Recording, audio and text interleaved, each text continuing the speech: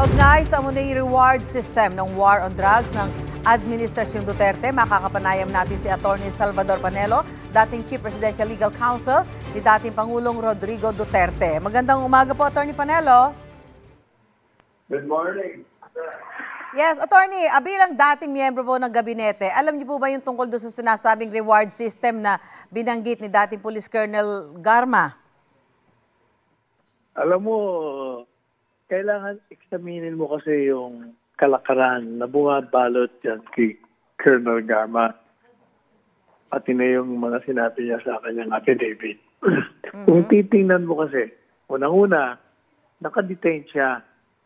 And she is being detained for something na wala naman siyang kasalanan. Bakit siya dinetain? Tinatanong lang siya kung ano ang closeness niya o kung close siya kay Presidente Duterte o hindi. To my mind, that question is not only invasive, it is improper and subjective. Sapagkat, alam mo, pag tinanong mo yung closest, hindi mo malalaman niya, tatanungin mo kung yung tao. Kasi hindi mo alam kung you feel close to the person, but the person is not close to you. O dahil lang dyan, ikinulong. So to my mind, that's an illegal detention. Number two, because of that, nakakulong siya ngayon. And the prospect of a prolonged detention is naririyan.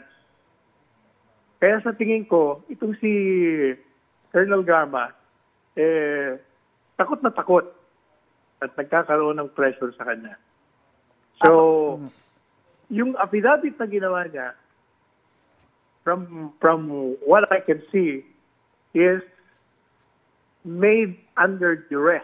Ibig sabihin, mukhang pinilit siya under pain of a prolonged detention or whatever consideration na meron. So, tingnan mong mabuti, Susan, yung affidavit. Number one, sabi niya, siya daw ay tinawag ng alas 5 ng umaga noong May 16, or rather, May of 2016, di ba?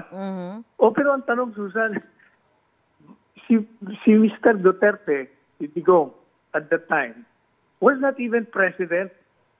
Hindi mo pa alam kung mananalo siya o hindi. Kasi May di ba May ang ating eleksyon? So bakit naman, how can somebody who is not even sure of being president or kung na-elect na siya, hindi mo alam kasi May hindi pa siya nakakaupo. Pagkatapos pag-uusapan ang tungkol dyan sa isang bagay na he may not have the capacity or the authority to do it. Number two, kung titignan mo rin yung affidavit, sinasabi niya na yung Davao model, wala siyang kinalaman. Hindi siya bahagi. She's not part of it. At sinabi niya pa na she was being invited by the one who was going to operate it, but she declined. Tinanggihan niya kasi wala siyang alam. So, given this circumstances, how in the world can she know anything about the Davao model na hindi naman siya bahagi at hindi niya alam? Number three, nagbigay siya ng mga di umanong detalye. And yet, paano niya malalaman yung mga detalyeng yon kung number one, wala siyang alam. Number two, tinanggihan niya. And number three, ang sources niya. May source siya Sabi niya, she was informed. This particular detalye was conveyed to her. O, madalit sabi, di ibig sabihin, wala siyang personal na kaalaman. Binida lang sa kanya. So, paano mo ngayon sasabihin na totoo lahat ang nangyari na sinasabi niya? So, ang tingin ko, itong aling ito, kawawa nga siya Pinilit, pinangakuan, o whatever, kung ano pa.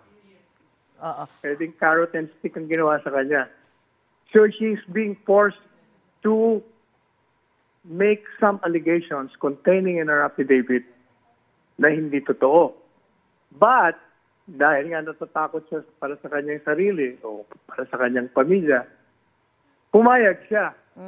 But then again, yung affidavit na ginawa niya, I think, sa tingin ko, ginawa ng isang abogado para mapagbigyan yung pananakot sa kanya, o yung pangako sa kanya, whatever, whichever, or both.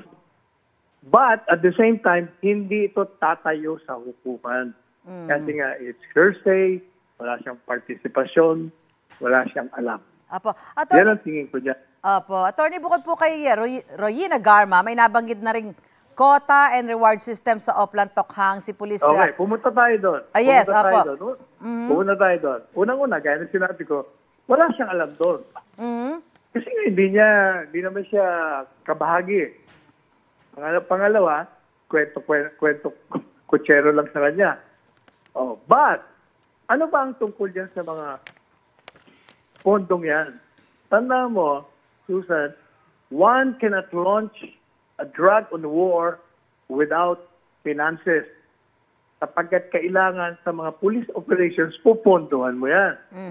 Kaya talagang merong pondo yan. Ang gobyerno ay talagang magpopondo dyan. Pero, para sabihin na parang pinalalabas na si Presidente Duterte nagbabayad para pumatay, there's no such animal. Hindi gagawin ng Presidente yan. Tanda mo, yun sa SONA, yung first SONA niya, sinabi niya, I'm launching this war on drugs.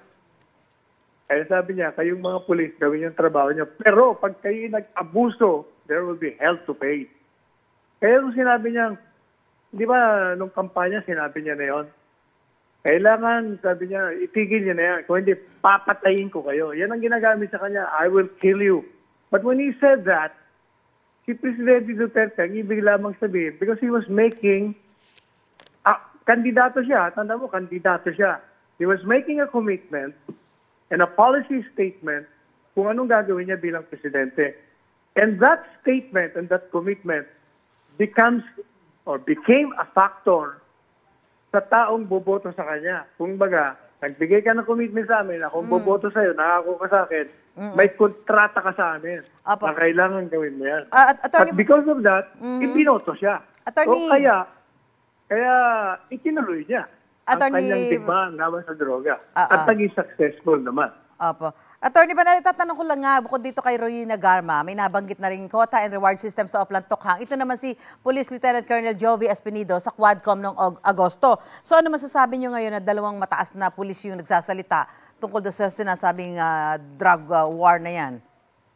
Sinabi ko na nga kung anong masasabi ko doon sa Okay, so sa talakaran na yun. Itong kay Espinido naman po, ano po masasabi nyo? Colonel Jovi naman, sa tingin ko, pareho ding kalakaran ang nangyari sa kanila. Kasi nga, dyan sa Kongreso, ang mga tao dyan, natatakot na eh. Kasi pag hindi mo gusto ang sagot, kinukulong ka. Pag hindi ka umimik, kinukulong ka. Wala. Kaya you have to do something about your own safety. Gagawa ka na lang para manahimik na lang ang buhay mo, gawin mo na lang kung anong gustong gawin ng pinagagawa. Kung ano yung sinasabi sa'yo. Ito pa, Attorney, sabi ho ni dating Pangulong Duterte, haharap siya sa Quadcom. Kailan po ba siya dadalo sa hearing? Nakausap niyo ba siya at may sinabi siya tungkol dito? So, nagkausap kami. At sabi niya, unang-una, wala man ko tinatanggap na imbitasyon. Saan pa nila pinadala imbitasyon? Dahil, initially, sabi niya, useless ang umattend dyan. Kasi nakikita mo, hindi sila nag-observe ng tamang pamamaraan ng pagtatanong na mga irrelevant, invasive, ang mga tanong nila. Pakukulong ka kung ayaw nila yung sagot mo. So, ngayon, sabi niya, kahit na ganyan, sa panonood ko, sabi niya, nayaya mo talaga ako. Ibig ko na talagang umattend para to teach them how to undertake such. Kasi dati naman siyang kongresista, at the same time, abogado pa siya, kaya alam niya ang pagtatanong. Pero ang problema, sabi niya, wala man ako natatanggap na imbitasyon. Pangalawa, kung pupunta ako, Susan, sabi niya, ito importante ko, sabi niya, kung pupunta ako doon, may condition ako. Kailangan, They should be asking educated questions, not irrelevant, not stupid, and not invasive. So yun ang ano niya. Anyway, so makikibalita na lang kami sa inyo. Maraming salamat po. Attorney Salvador Panelo, magandang umaga po sa inyo. Salamat din, Susan. Salamat Thank you. po.